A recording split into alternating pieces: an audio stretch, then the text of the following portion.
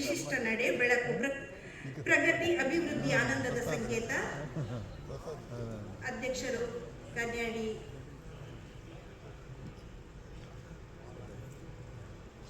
ಪಟ್ಲ ಸತೀಶ್ ಶೆಟ್ಟಿ ಅವರು ದೀಪ ಬೆಳಗಿಸಿ ಕಾರ್ಯಕ್ರಮವನ್ನು ಉದ್ಘಾಟಿಸ್ತಾ ಇದ್ದಾರೆ.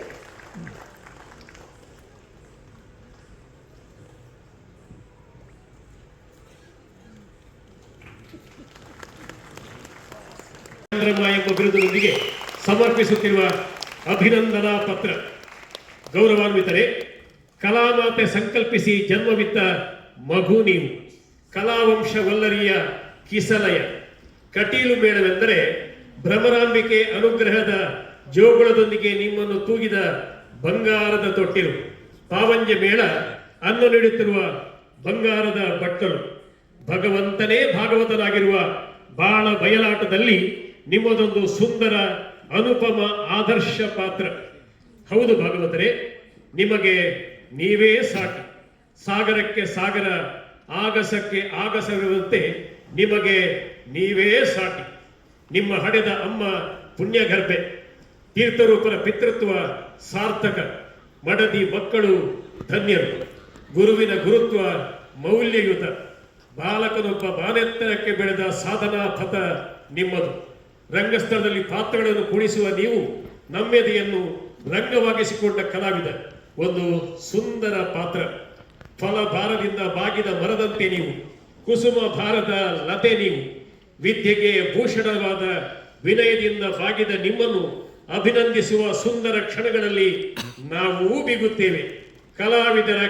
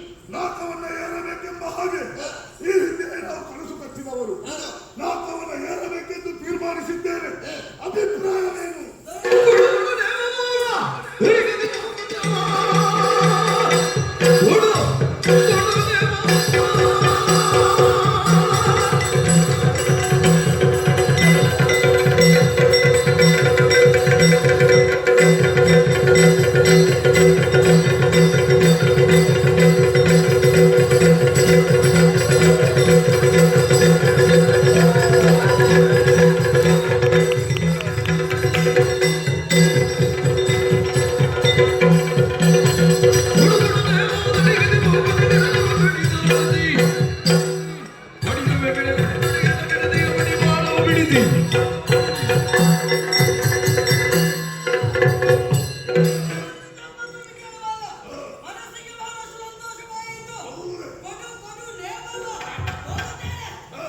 ಹಾಗೆ ಅಮ್ಮ, ಕಾವಿಯನ್ನು ಯಾರು ಧರಿಸಬೇಕು ಅಂತ ಉಂಟು.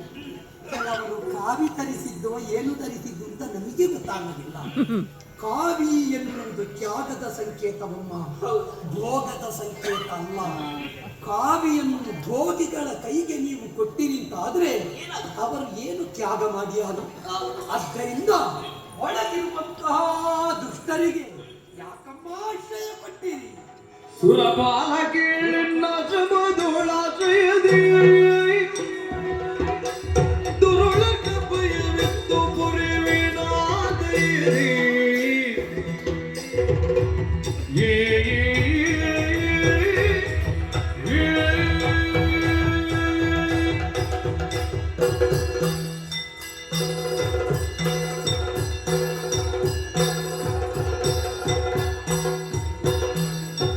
ಸುರಪಾಲ ಕೇಳಿನ ಸಮದೊಳಾಶ್ರಯದಿ ದುರುಳಕ ಭಯವಿತ್ತು ಪುರಿವಿನಾದೈರಿ ತರಳ ಭಕ್ತನು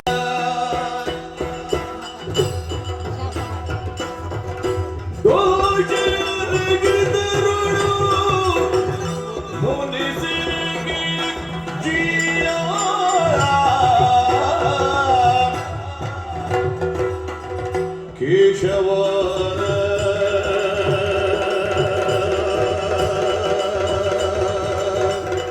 ಅಚ್ಯುತ ಬಂದು ಸಲರು ನೀನು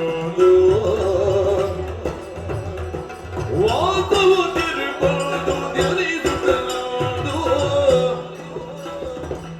ಈಶ ಸುಪ್ರೀತ ರಾಣಿನಾಥನಯ್ಯ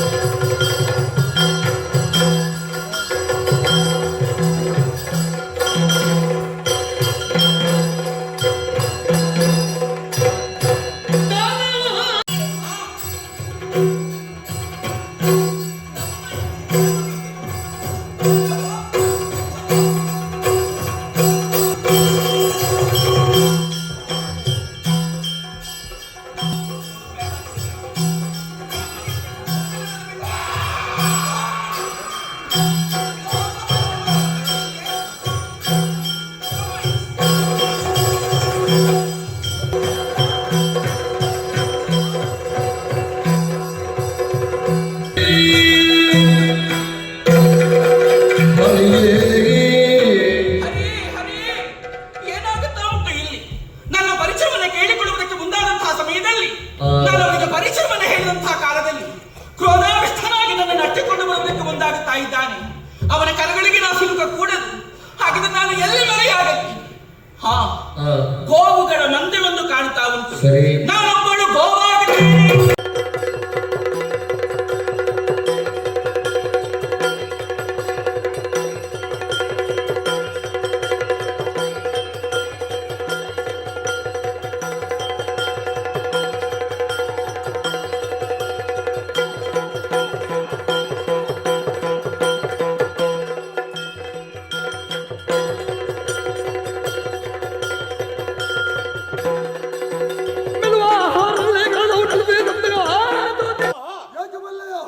ಬ್ರಹ್ಮದೇವರು ಕೊಟ್ಟಂತಹ ವರಬಲ 101ನೇ ಹಂದಿಯನ್ನು ತಿಂದೆ ಅಂತಾದರೆ ಆ ಹಂದಿಯಿಂದ ನಿನಗೆ ಮರಣವು ಹಾಗೆ ನೀನು ತಿನ್ನುವಂತಹ ಆಹಾರದಲ್ಲಿ ವಿಷವಾಗಿ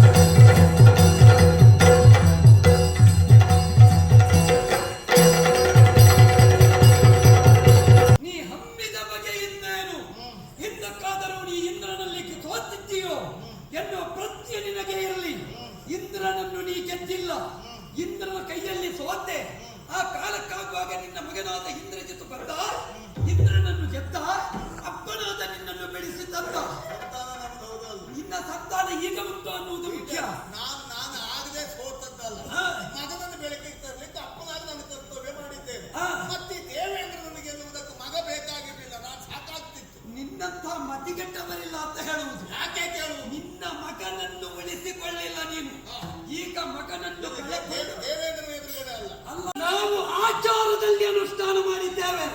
ನೀನು ಸನ್ಯಾಸಿಯಾಗಿ ಸ್ಥಿತಿಯನ್ನು ಅಪಹರಿಸಿದೆ. ರಾಮನ ಸಾಧನೆಗೆ ನೀನು ಅಲ್ಲವೇ ಅಲ್ಲ. ನಿನ್ನ ಸಾಥ ಯಾಕೆ ಕೇಳು, ನಾಡಿನಲ್ಲಿರಬೇಕಾದಂತಹ ನಾನು ನಾಡನ್ನ ಸೇರಿ ನಾಡನ್ನ ಕಟ್ಟಿ ಲಕ್ಷ ಲಕ್ಷ ವರ್ಷ ಆಡಳಿತವನ್ನು ನಡೆಸಿ ತ್ರಿಭುವನ ದಲ್ಲನ ಅಂತ ಹೇಳಿದೆ. ನಾಡಿನಲ್ಲಿ ಇರಬೇಕಾದ ನೀನು ಅದೆಲ್ಲ ಬಿಟ್ಕೊಂಡು ಕಾಡಿನ ಜೀವನ ಅದುವೇ ನಮ್ಮ ದೊಡ್ಡ ಸ್ಥಿಕೆ. ನಾಡಿನಲ್ಲಿ ಇದ್ದವರನ್ನೆಲ್ಲ ಸಂರಕ್ಷಿಸಿದೆ. ಕಾಡಿನಲ್ಲಿರುವ ನಿನ್ನಂತಹ ದುಷ್ಟರು